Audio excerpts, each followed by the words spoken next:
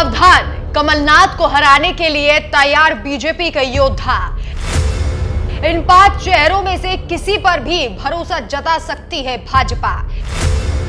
BJP के एक पूर्व मुख्यमंत्री का नाम भी रेस में शामिल। कमलनाथ के गढ़ को भेदने के लिए तैयार है बीजेपी का तगड़ा प्लान।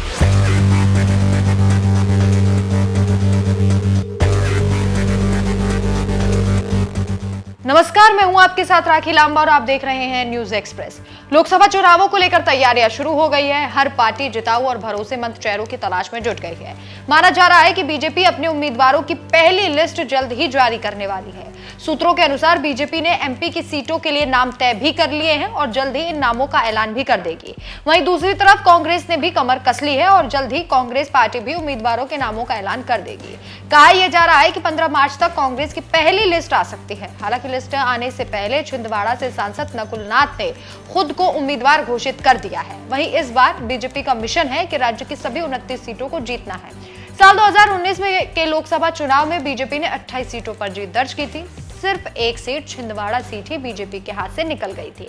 इस बार छिंदवाड़ा को लेकर बीजेपी ने खास रणनीति बनाई है, जिससे इस एक सीट को भी कांग्रेस से छीन लिया जाए। माना जा रहा है कि बीजेपी कमलनाथ के गढ़ में किसी बड़े नेता को चुनाव मैदान में उतार सकती है। लोकसभा चुनाव के लिए बीजेपी ने उम्मीदवारों के नाम पर चर्चा की है। स्थानीय स्तर पर चर्चा की है कि नकुलनाथ के खिलाफ पार्टी को स्थानीय युवाओं को उम्मीदवार बनाना चाहिए। दरअसल पिछले दिनों महाकौशल क्लस्टर के प्रभारी कैलाश विजयवर्गीय ने बीजेपी कार्यालय में बैठक की थी।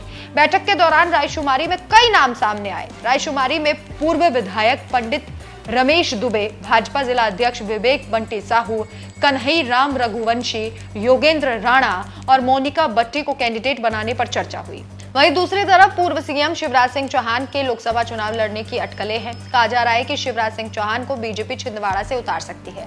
हालांकि शिवराज सिंह चौहान का नाम विदिशा और भोपाल लोकसभा सीट से चुनाव लड़ने की खबरें हैं। राजनीतिक गलियारों में चर्चा है कि कमलनाथ के गढ़ को भेदने के लिए बीजेपी शिवराज सिंह चौहान पर दांव लगा सकती है। हालांकि इस बारे में पार्टी की तरफ से अभी कोई आधिकारिक बयान नहीं आया है। बीजेपी के लिए ये सीट इसलिए भी जरूरी हो जाती है क्योंकि इस बार बीजेपी का लक्ष्य है कि सभी सीटों पर भगवा लहरा दिया जाए। लेकिन बीते लोकसभा चुनाव में एक सीट बीजेपी के हाथ से फिसल गई। उस सीट पर कमलनाथ के बेटे नकुलनाथ की जीत हुई थी। इस जीत से बीजेपी काफी निराश हुई। अब इस सीट को जीतने के लिए बीजेपी को जिताऊ चेहरों की तलाश है। देखना होगा कि कमलनाथ के गढ़ को भेदने के लिए बीजेपी किसे भेजती है। पिछले दिनों आपको याद होगा कमलनाथ और सांसद नकुलनाथ के बीजेपी में जाने की अटकलें खूब उड़ी थी। अब कमलनाथ और नकुलनाथ ने छिंदवाड़ा में साफ कर दिया था कि वो कांग्रेस छोड़कर कहीं नहीं जाने वाले। बीजेपी में शामिल होने की खबरें महज अफवाह थी, अटकलें थी। कमलनाथ ने इसके बाद बीजेपी पर कई बार निशाना भी साधा। वैसे आपके अनुसार कमलनाथ के गढ़ को भेदने के लिए बीजेपी के पास सबसे बेहतरीन चेहरा कौन सा है? हमें कमेंट करके अपनी राय जरूर बताएं। नमस्कार।